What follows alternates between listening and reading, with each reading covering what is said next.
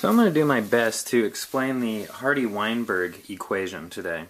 And what this is a little equation that's going to show us the different alleles in a population. Now, what's going to happen is if let's say that we're talking about eye color, for example. If you have a dominant eye color and a recessive eye color, we can see the phenotype, what's actually physically being expressed by looking at the eye color. So we can see here what I've done is I've taken black paper clips to represent a recessive trait, and I've taken these little silver guys as a dominant trait. So we can think of this as blue eye color, and these guys as like a dark eye color, like a brown or a green. Okay, and so this is going to dominate. So what you might have is a little guy that looks like this. Okay, he's got a recessive and a dominant. But since this silver guy is dominant, what's really going to show up is this silver guy. Kind of like this dark eye color is going to show up. It's going to mask that allele for that recessive trait. So in order to have a recessive trait phenotype to actually be expressed, you have to have both of these little guys. If you have a dominant one, that's obviously it's going to dominate. That's why they call it the dominant gene. So what we're going to do is we're going to figure out exactly how many little black paper clips. I don't have them all displayed in front of you here, but I have 100 different groups, and I've got 9 of these little recessive guys. So anytime we do a Hardy-Weinberg equation, we always want to find the recessive traits. We want to find the two small q's is what we're actually looking for, p and q, and so we're looking for q squared. So I have 100 groups total, and out of that 100 groups, there's 9 recessives. Okay, so here's our 9 groups, 1, 2, 3, 4, 5, 6, 7, 8, 9. What we're going to do is we're going to count that. Our total groups that we had, there was 100 people that we looked at, if you will, okay? With different eye colors, if you want to think of it that way. There was 100 people, and out of those 100 people, 9 of them express this recessive trait. So when we divide that, 9 divided by 100, we're going to get 0.09, or 9%. So 9% of these groups, 9% of these little paper clips were the recessive trait. They were the black paper clips. So what we want to do, we want to call this our Q. And this is actually going to be Q squared, because there's 2 of them. So a Q and a Q. Q squared is 9%.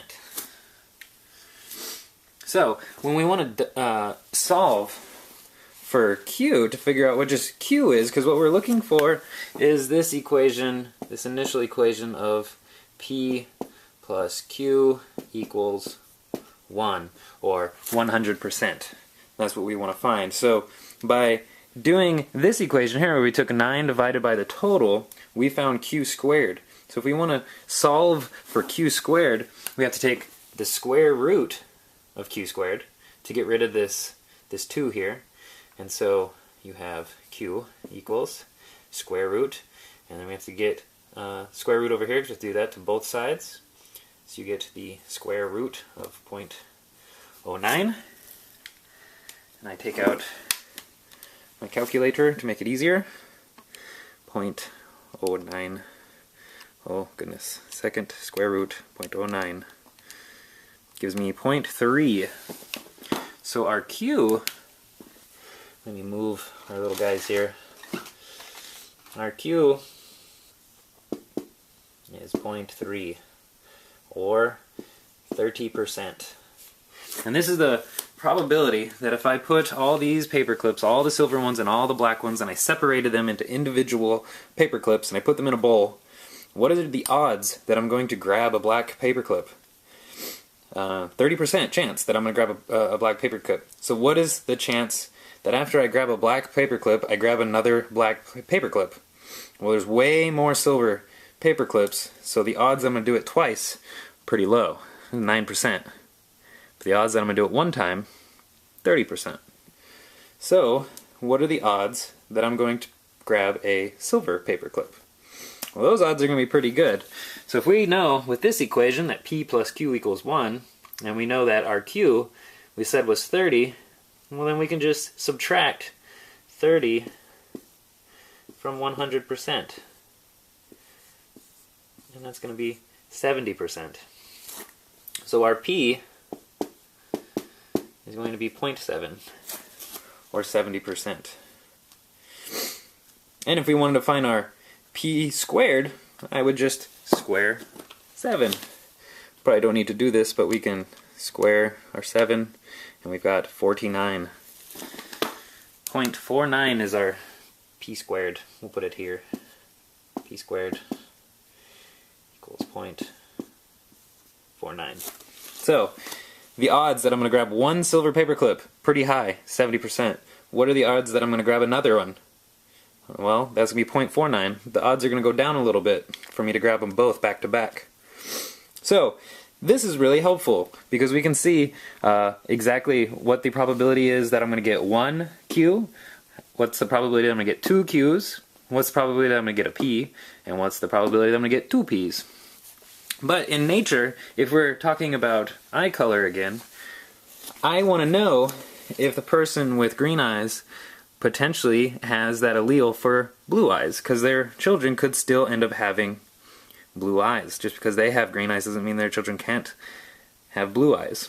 So we can't observe just by looking what alleles that they have, but with the next step of the Hardy-Weinberg equation, I will show you how we can find the heterogeneous using these numbers. Okay, so now that I've cleaned this up a little bit, let's go back and see what we were talking about. We found that our P is 0.7, or 70% chance that I'm going to pull just one of these guys. Our Q was 0.3, or 30% chance I was going to get one of these guys.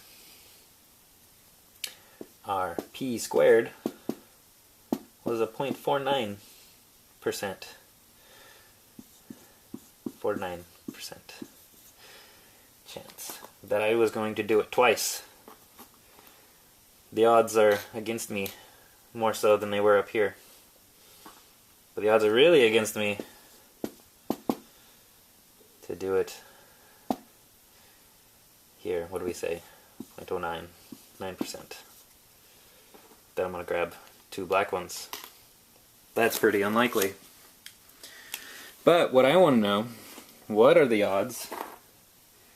I'm going to get this guy right here. A silver and a black one. So we said P plus Q equals 1. Well, what happens if we square both of these guys? Well, I'll do it once so you can see what this looks like. I think you should all be pretty comfortable with doing this though. P times P is P squared. P times Q is a PQ. And a Q and a P is a QP. What's really important about this, what this is saying, is let's say from the dad I get a P and from the mom I get a Q. What if I get a Q from the dad and I get a P from the mom? What does that come out to be? Well, it comes out to be a P and a Q, either way. So it doesn't really matter. It doesn't matter which one you get first, because the dominant one is going to dominate. Doesn't matter who gets it from where. So really, instead of a PQ and a QP, this turns into is a 2 PQ. And then Q times Q is Q squared. And then 1 squared is still just 1. So we can figure out what this is. This is our heterogeneous sample. This is our sample with this guy here. This is these guys, and this is this guy.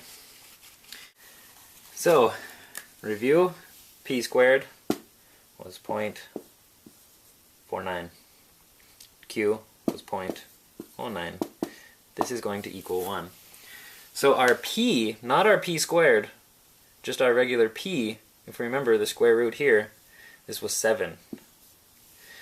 And the chance that we were going to get just one q, there was a 30% chance. Okay, so we can do it like this. We'll say 0.7 times 0.3. And then we're going to multiply this by 2. Because there's two possibilities, a PQ or a QP. So again, pull out our calculator. 0.7 times 0.3 is 0.21 times 2 is 0.42. So the probability that when I randomly grab a paperclip from the bowl and I get a silver one followed by a black one, or a black one followed by a silver one, that probability is 0.42. And you'll see that this works out. I'll prove it. 0.49 plus 0.42 plus 0.09 equals 1. And that's perfect. That's exactly what we want.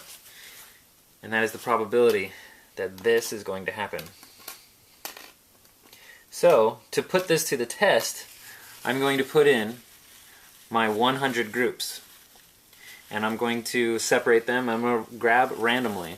And then I will see how close we actually got. Alright, so here is the final results. So, what we ended up having is 4 recessive pairs. So 4%. We had 44 dominant pairs, and then 52 heterozygous.